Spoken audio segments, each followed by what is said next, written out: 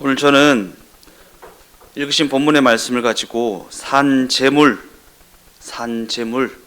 이와 같은 제목으로 함께 말씀을 나눠보고자 합니다. 산재물, 살아있는 재물, 그 삶을 살아냄으로 드려지는 재물, 이와 같은 의미입니다. 지금까지 우리는 로마서 1장에서 11장까지의 말씀을 통해 구원이란 무엇이며 그 구원은 과연 어떻게 이루어지는가, 이와 같은 구원에 대한 내용을 이론적으로 살펴보았습니다. 로마서를 딱 반으로 나누자면 1장에서 11장까지는 구원에 대한 이론적인 내용을 다루고 있고, 12장에서 마지막 16장까지는 구원받은 자로서의 실천이 어떠한가를 다루고 있습니다. 하나님이 인류를 향해 가지신 목적이 어떠하며 그 의지는 어떠한가, 인류를 향한 하나님의 사랑은 과연 어떠한 사랑인가, 그 사랑으로 말미암은 하나님의 역사적 개입, 이 모든 것을 한 단어로 축약한다면 구원이라는 단어로 축약할 수 있습니다. 이 내용이 바로 우리가 로마서 1장에서 11장까지 다뤄보았던 내용입니다. 인류를 향해 가진 하나님의 목적, 뜻, 그 목적과 뜻을 이루기 위하여 하나님이 어떠한 의지를 동원하셨는가, 인류를 향한 하나님의 사랑은 과연 어떠하며 그 사랑으로 말미암은 역사적 개입이 무엇입니까? 예수 그리스도를 이 땅에 보내주심으로 말미암아, 십자가 지심으로 말미암아, 우리를 대속하심으로 말미암아 우리를 구원에 이르게 하신 것, 역사적 개입이요. 역사적으로 예수가 오셨잖아요, 그죠? 그래서 이거를 역사적 개입이라 합니다. 하나님이 인류의 역사에 어떻게 개입하셔서 그 인류를 구원하시는가. 그런데 로마서 12장부터는 뭔가 그 국면이 전환되고 있다는 것을 알 수 있습니다. 본문 1절 말씀을 다 같이 한번 읽어보겠습니다. 그러므로 형제들아, 내가 하나님의 모든 자비하심으로 너희를 권하노니 너희 몸을 하나님이 기뻐하시는 거룩한 산제물로 드리라. 이는 너희가 드릴 영적 예배니라.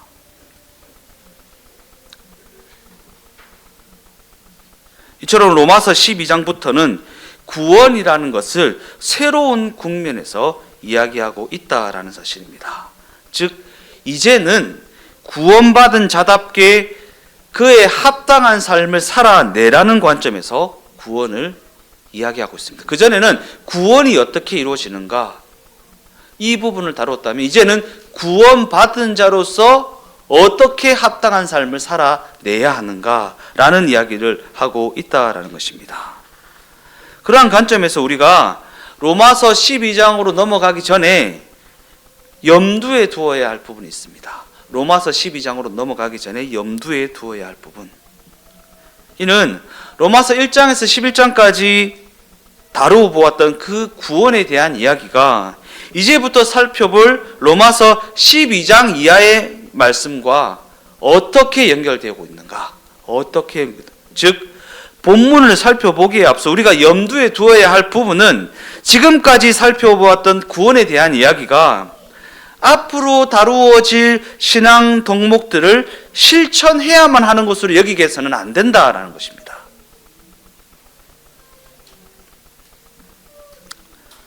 드리라라는 말이 나오죠. 드리라.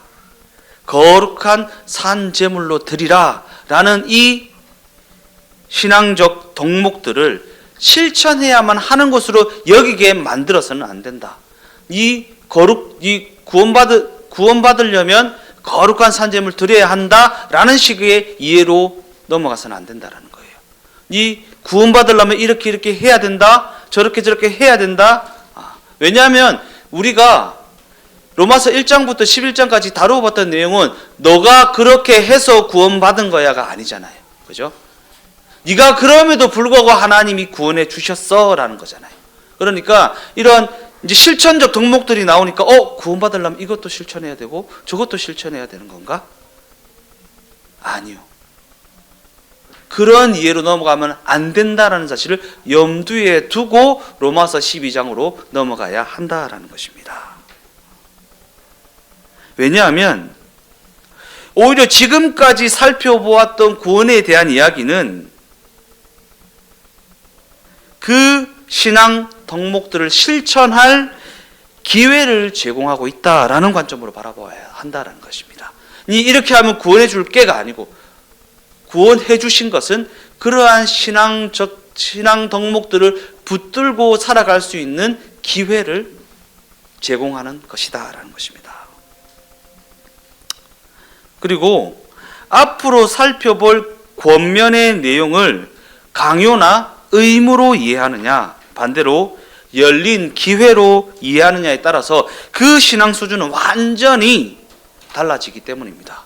그 신앙 수준이 완전히 달라진다. 예. 지옥 갈까봐 예배드리고, 지옥 갈까봐 기도하고, 지옥 갈까봐 성경 읽고, 지옥 갈까봐 헌신, 봉사, 전도하고, 이런 수준에 머무를 것이냐, 아니면 내가 구원받은 자로서 하나님의 영광을 드러내기 위해서 이 명예로운 선택하겠다. 조금 손해본다 할지라도, 양보해야 된다 할지라도, 포기해야 한다 할지라도, 사망의 음침한 골짜기를 지나가야 한다 할지라도 내가 하나님의 영광을 위해서 이 길을 명예롭게 선택하여 걸어가겠다라는 수준에 이를 것인지가 완전히 갈리는 부분이 앞으로 살펴볼 권면의 내용을 광요나 의무로 이해하느냐 아니면 열린 기회로 이해하느냐, 그것이 달려있다라는 것입니다. 그와 같은 관점에서 우리가 지금까지 살펴보았던 구원의 내용을 들여다보면 성경은 이 구원을 완료형으로 이야기하고 있습니다. 완료형이요. 이렇게 하면 이렇게 해줄게 라는 식의 어음이 아닙니다. 완료형이요. 너는 구원받았어. 그러니까 구원받은 자답게 살아 라는 것입니다. 네가 어떻게 해서 구원받은 게 아니라 하나님이 2000년 전에 예수를 보내심으로 말미암아 이미 구원을 이루어 놓으셨어. 그러니까 그게 믿어졌으면 너는 구원받은 거야. 그러니까 구원받은 자답게 한번 살아보자 라는 이야기를 하고 있다는 것입니다. 그리고 이는 성경이 이야기하는 구원이 누군가의 구원의 여부를 판단하기 위하여 삶의 실천을 요구하지 않는다라는 의미입니다. 쟤 저렇게 하는 거 보니까 구원받았네. 쟤 저렇게 하는 거 보니까 지옥이네.가 아닙니다. 성경이 이야기하는 구원은 누군가의 구원의 여부를 판단하기 위하여 삶의 실천을 요구하지 않는다. 이렇게 하면 구원, 저렇게 하면 지옥이 아니다라는 것입니다. 물론 우리는 이런 이야기를 들을 때면 구원을 이런 식으로 소개하면 누가 과연 책임 있는 삶을 살려고 하겠는가라는 의문을 가질 수도 있습니다. 에이, 목사님 그런 식으로 얘기하면 누가 신자답게 살려고 하겠어요? 그냥 지 맘대로 살지. 아니요.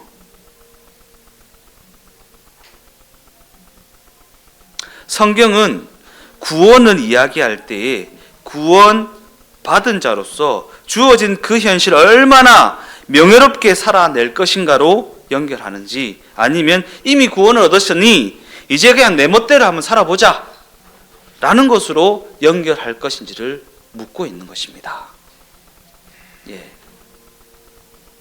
우리가 자녀가 있지만 자녀가 다 내 마음에 흡족한 대로 살지는 않지 않습니까? 흡족하지 않을 때가 더 많이 있지 않습니까? 그렇다고 해서 그 자녀의 삶이 어떠하다고 해서 내가 그 자녀를 어떻게 지옥 보내고 천국 보내고, 아니요. 부모의 영광이 되는 자녀가 있을 수도 있고 부모의 명예를 더럽히는 자녀가 있을 수도 있습니다. 그럼에도 불구하고 그는 자녀입니다. 왜냐하면 이 신앙 덕목을 실천하는 것은 법을 준수하는 것과는 전혀 다른 관점에 있는 것이기 때문입니다. 신앙 덕목을 실천하는 것은 법을 준수하는 것과는 완전히 다른 관점에 있는, 법을 준수하는 것은요, 안 지키면 벌금을 내든가 감옥에 가든가 처벌을 받습니다. 그런데 신앙 덕목을 실천하는 것은 이와 같은 관점이 아니다라는 것입니다. 예를 들어 설명을 해봅시다. 우리가 도덕이라는 걸 한번 떠올려 봅시다. 도덕이라는 것에 강제력을 동원하면 법을 준수하는 것처럼 강제할 수는 있겠지만, 그로 인하여 자발성이라는 게 사라지게 돼버리면 이는 더 이상 도덕이라고 할 수 없다라는 것입니다. 자발성이 사라져버리면 그걸 어떻게 도덕성이라고 할 수 있겠습니까? 도덕성이 이러하다면 하물며 신앙은 어떠하겠습니까? 즉 신앙의 실천이라는 것은 한 사람의 심령에 예수가 그리스도로 믿어지는 믿음이 들어가고, 그로 인해 신앙의 그 위대함 앞에 항복하며 그 길에 스스로 들어서야 의미가 있다라는 것입니다. 스스로 들어서야 의미가 있다. 왜냐하면 강제력으로는 도무지 담을 수 없는 영역이 바로 신앙의 영역이기 때문입니다. 강제력으로는 도무지 담을 수 없는 게 신앙의 영역이다. 그러기에 신앙의 영역에 있어서만큼은 결단코 강제력이 동원되어서는 안 된다라는 것입니다. 그런데 우리가 신앙을 가지고 그 열심을 내면서 이 신앙의 영역에 강제력을 동원했던 적이 얼마나 많이 있습니까? 강제적으로 막 돈으로 꼬시고 억압으로 꼬시고, 그죠? 물론 잘 되라고 그런 거는 알겠지만 이 신앙의 영역에 있어서만큼은 그렇게 해서는 안 된다라는 이야기를 하고 있다라는 것입니다.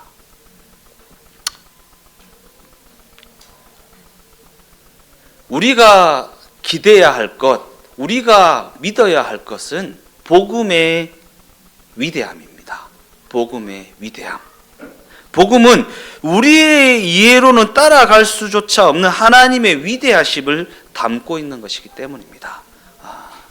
우리의 열심이나 우리의 노력이나 우리의 사랑이 아니라 복음의 위대하심을 우리는 믿어야 한다는 것입니다.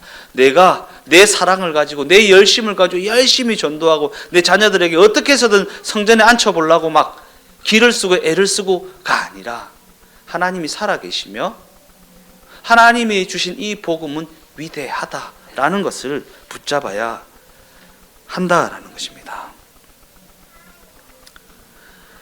이와 같은 관점에서 우리는 구원에 대한 이러한 고백과 감탄과 찬양을 지나 이제 로마서 12장까지 이르게 되었습니다. 그러므로 형제들아 내가 하나님의 모든 자비하심으로 너희를 권하노니, 하나님의 모든 자비하심으로 너희를 권하노니. 여기서 자비는 과연 어떠한 것을 말하는 것입니까? 자비, 하나님의 모든 자비하심. 자비를 그냥 넘어가주는 호의 정도로 쉽게 이해해서는 안 됩니다. 자비라는 것은 그냥 쉽게 넘어가주는 호의 정도로 이해해서는 안 된다. 왜냐하면 성경이 이야기하는 자비는 죄인을 향해 오래 참으시고 당신의 아들까지 보내셔서 십자가를 지게 하시고 그 피로 말미암아 죽음이라는 것을 관통하여 이루신 하나님의 부활, 이와 같은 하나님의 진심을 담고 있는 것이기 때문입니다. 하나님의 모든 자비하심으로 그냥 성경을 쉽게 읽어 나갈 수는 있겠지만 이 자비라는 단어에는 어마어마한 내용이 담겨져 있다. 죄인을 향한 오래 참으심, 당신의 아들까지 보내셔서 십자가를 지게 하시고 그로 하여금 십자가 피를 흘리게 하시고 죽음이라는 것을 관통하여 부활을 만들어내심으로 말미암아 우리를 구원하신 하나님의 진심이요, 하나님의 모든 자비하심으로 하나님의 이러한 진심으로 너희에게 권한다. 하나님의 진심을 근거로 하여 너희에게 권하고 있다. 이 자비하심이 얼마나 하나님의 진심 어린 의지를 담고 있는지 이해하시겠습니까? 하나님의 진심 어린 의지요. 성경 표현 중에 우리를 피 흘려 구원하셨다라는 말이 있지 않습니까? 우리를 피 흘려 구원하셨다라는 것이 얼마나 대단한 개입이며 얼마나 놀라운 진심입니까? 하나님이 얼마나 위대하신 개입을 해주셨는가? 그 진심이 어떠한가? 이와 같은 하나님의 진심이 오늘 본문 1절에 그러므로에 담겨져 있다라는, 그러므로라는 단어에 담겨져 있다. 본문 1절 다시 한번 읽어보겠습니다. 그러므로 형제들아 내가 하나님의 모든 자비하심으로 너희를 권하노니 너희 몸을 하나님이 기뻐하시는 거룩한 산제물로 드리라. 이는 너희가 드릴 영적 예배이다. 여기서 산제물이 무엇이라고 했습니까? 우리가 삶으로 드리는 제물이 된다. 삶으로 드리는 제물이 된다. 돈 많이 벌어서 돈 많이 갖다 바치고, 아니요. 삶으로 드리는 제물이 된다. 즉 구원이라는 것이 죄인된 인생과 신자된 인생을 어떻게 나누고 있는지 로마서를 통해 확인했다면, 현실의 삶에서 또한 확인했다면, 이제 실제 현실의 삶에서 그 구원을 누려보고 또한 보여주며 살아보라는 것입니다.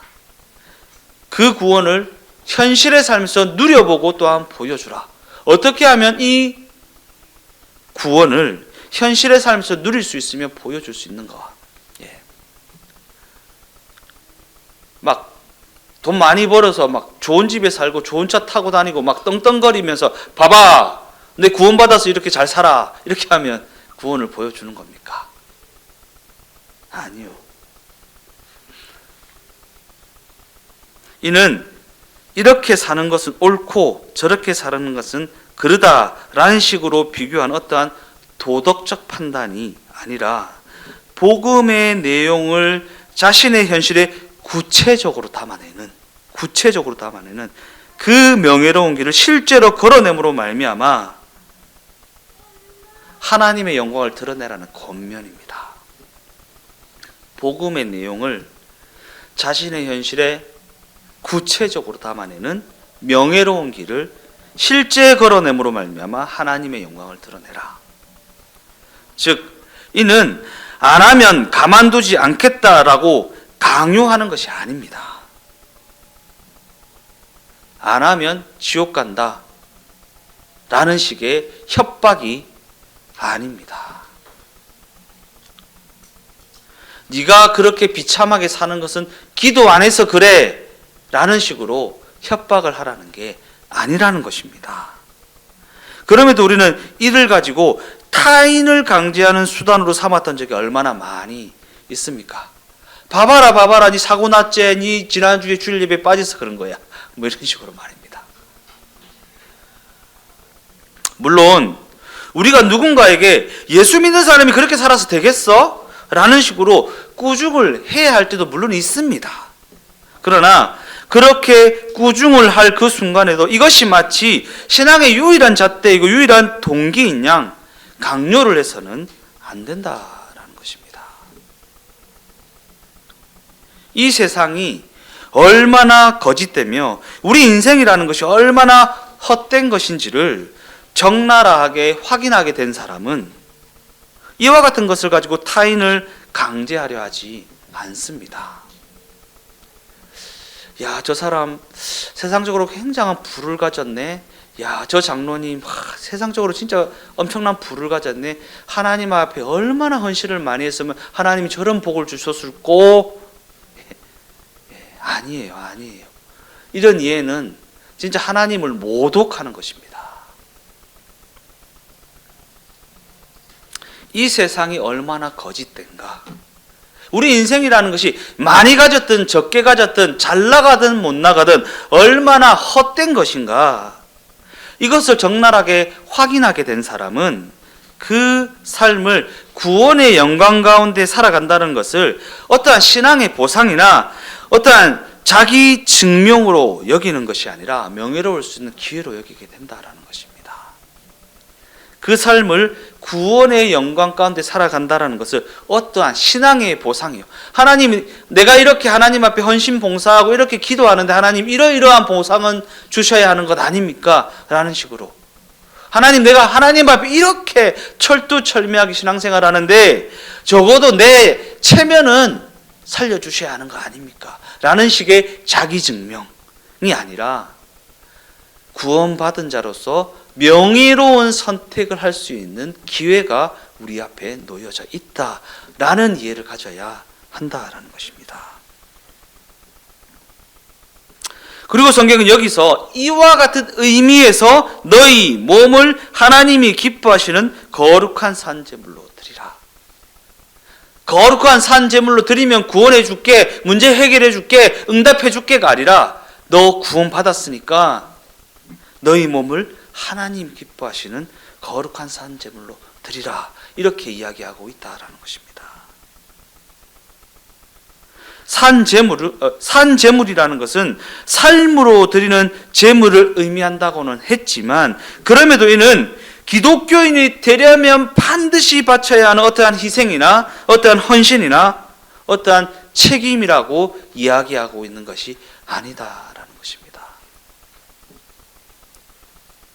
이 말씀은 죄악이 관영하는 이 세상 속에서 구원을 받았다라는 것이 무엇인지 현실의 삶에 담아내는 삶을 살아보라는 말씀이기 때문입니다. 구원을 받았다라는 것이 무엇인지.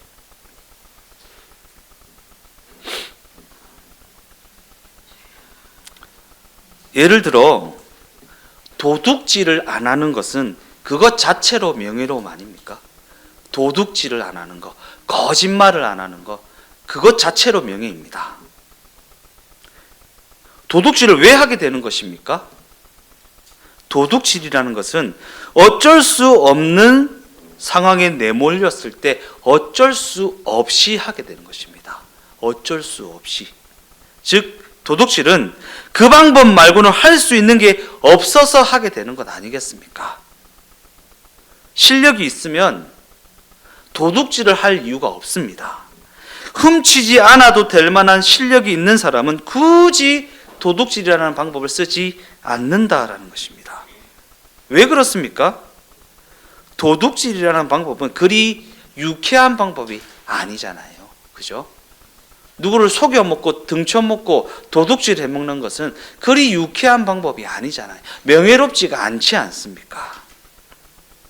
그러기에 도둑질을 하지 않는 것은 혹 굶게 된다고 할지라도 혹 헐벗게 된다고 할지라도 이는 결코 훼손될 수 없는 귀중한 가치라는 것을 알게 된 자만이 견지할 수 있는 일이라는 것입니다.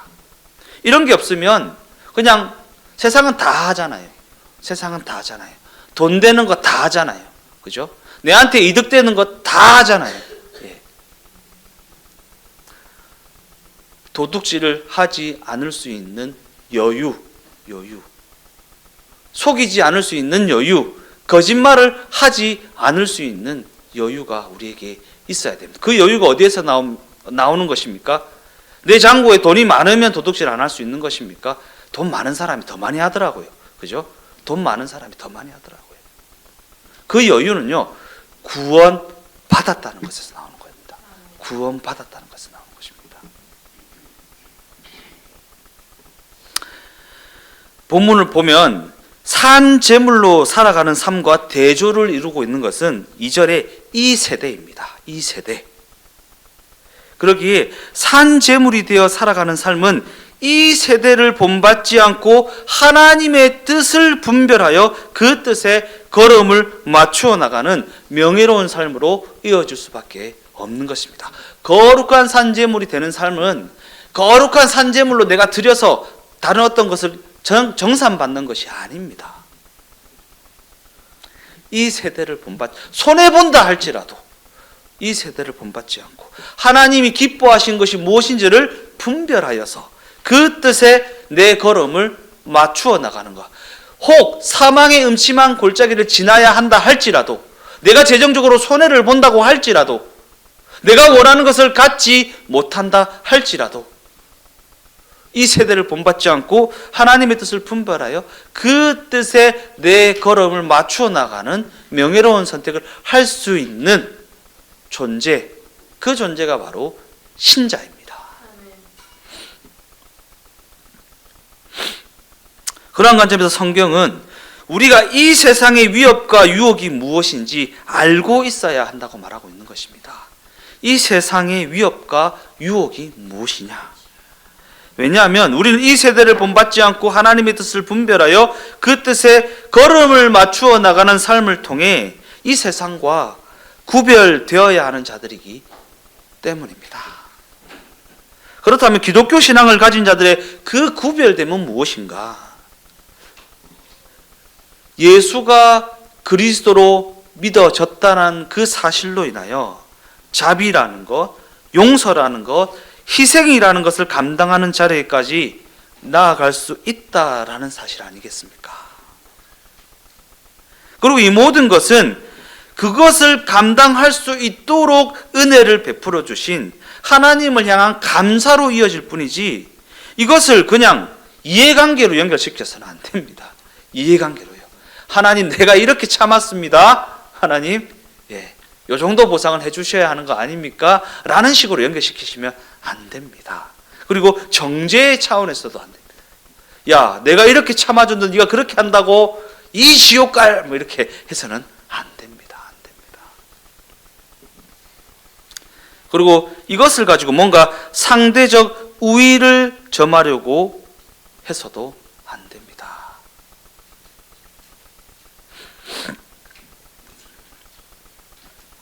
그러기에 이와 같은 복음의 내용을 바르게 이해한 사람은 늘 좋은 표정을 짓습니다.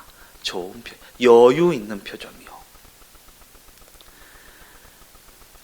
이는 그가 상대방에게 좋은 표정을 지어주고 따뜻한 말 한마디 건네는 것의 가치를 알게 된 자이기 때문입니다. 대단한 거 아니에요.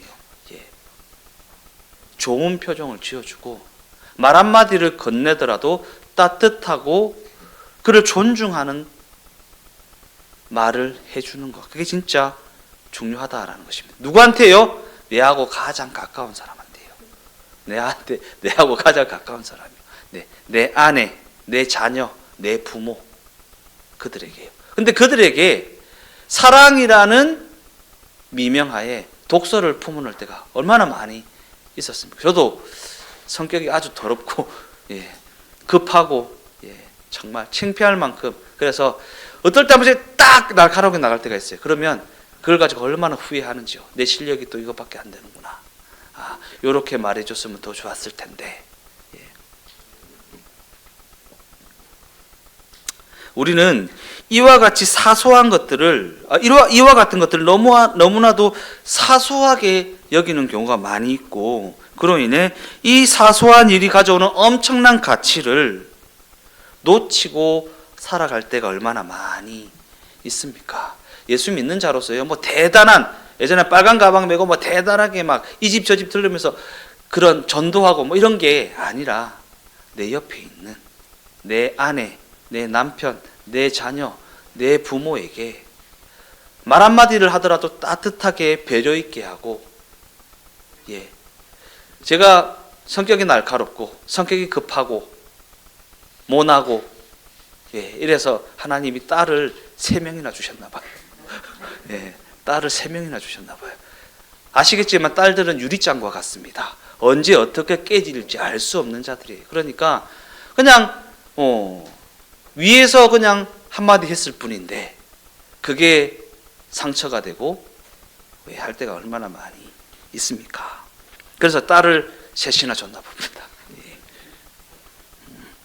에베소서 5장 1절에서 2절까지 말씀을 한번 읽어보겠습니다.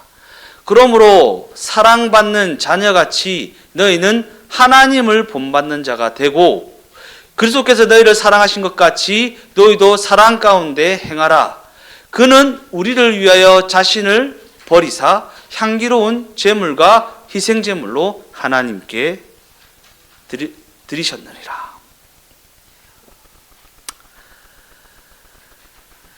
여기서 사랑받는 자녀같이, 사랑을 받는 자녀같이라는 말을 이해하는 것이 굉장히 중요합니다. 사랑받는 자녀같이, 내가 사랑받고 있는 하나님의 자녀라는 것을 이해하는 것이 굉장히 중요합니다. 왜냐하면 성경은 우리에게 뭔가 쓸모 있는 사람이 되어야 한다고 말하지 않기 때문입니다.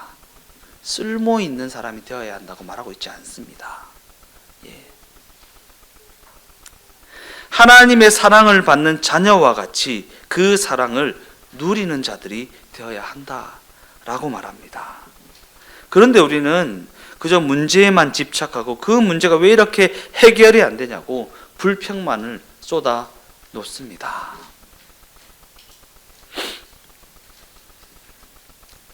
자녀들이 뭔가 원하는 대로 뜻대로 잘 안 되어서 막 짜증을 내고 원망을 하고 불평을 하고 할 때가 많이 있지 않습니까?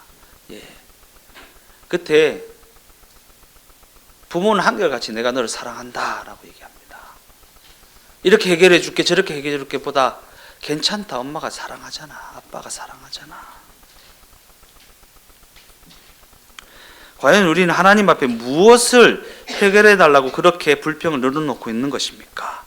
그저 고통을 면하게 해주고 그저 내 신앙의 보상을 해달라는 거 아닙니까? 그러나 그 사랑을 누리는 자들이 되라라는 이 말에는 과연 무엇이 전제되어 있습니까? 그 사랑을 누리는 자들이 되라라는 하나님의 이 말씀이 무엇을 전제하는 말씀이냐? 하나님은 우리 인생에 일어난 그 모든 일들을 통해 우리에게 유익을 주시는 분이시다. 우리에게 유익을 주시는 분이시다. 우리 인생 한번 뒤돌아 보십시오. 여기까지 오신다고 얼마나 고생 많이 하셨습니까? 얼마나 우여곡절이 많으셨으며 얼마나 천당과 온탕과 냉탕을 왔다 갔다 하며 사망의 음침한 골짜기를 지나오며 여기까지 오신다고 얼마나 고생 많이 하셨습니까? 근데 뒤돌아보면 하나님이 그 모든 것을 통해 우리에게 유익을 주셨잖아요. 그죠? 유익을 주셨잖아요.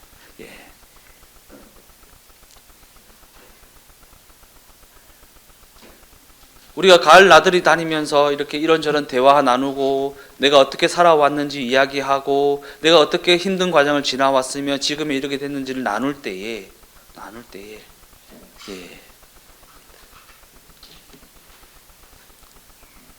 정말 힘들었지만 어려웠지만 고통스러웠지만 그 시간들이 있었기 때문에 지금 내가 그래도 하나님 앞에 이렇게 바로 설 수 있었다라는 고백을 아니할 수 없지 않습니까? 하나님은 우리 인생에 일어난 모든 일들을 통해 우리에게 유익을 주시는 분이시다라는 사실을 결코 잊지 마십시오. 결론적으로 말씀을 마무리하겠습니다. 그러므로 형제들아, 내가 하나님의 모든 자비하심으로 너희에게 권한다. 여기서 언급하고 있는 그 자비하심이 얼마나 대단한 진심이며 얼마나 위대한 사랑인지를 확인하게 되었다면 이제는 분별해야 합니다. 그 걸음을 그의 뜻에 맞추어 나가는 걸음으로 걸어 보아야 합니다. 그 걸음을 통해 어떠한 길이 하나님이 기뻐하시는 명예로운 길인지 우리가 확인해 보아야 합니다. 제가 많은 어르신들 앞에 말씀드리기가 좀 그렇지만 인생이 생각하는 것보다 짧지 않습니까? 이 인생이라는 게 생각하는 것보다 짧지 않습니까? 그 명예로움을 전혀 경험하지 못하고 그저 신세 한탄만 하다가 문제 해결에만 집착하다가 그 인생을 끝내버리는 경우가 얼마나 많이 있습니까? 그러나 성경은 우리 인생을 그렇게 끝내버리는 것을 방탕이라고 정의하고 있다라는 사실입니다. 지금이라도 늦지 않았으니까 좀 웃으십시오. 밝게 좀 웃으십시오. 여유를 좀 가지십시오. 사랑받고 있는 자녀같이 여유를 좀 가지십시오. 성경이 우리에게 지금 이렇게 이야기하고 있다는 사실을 잊지 마십시오. 그러므로 형제들아, 너희의 현실의 삶을 진정한 구원의 내용을 품고 한번 살아보라. 그 내용을 네 현실의 삶에 구체적으로 한번 담아보라. 이것이 신자들이 누려야 할 명예로움이고 이것이 구원받은 자들의 삶의 여정이다.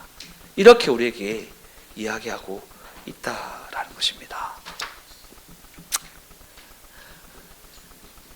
이와 같은 성경의 가르침을 마음에 새기고 이 땅에서 삶을 구원받은 자로서 명예로운 선택을 해봄으로 말미암아 복음을 누리고 복음을 보여주는 우리 모두의 삶이 다 되어지시기를 예수님의 이름으로 축원드립니다.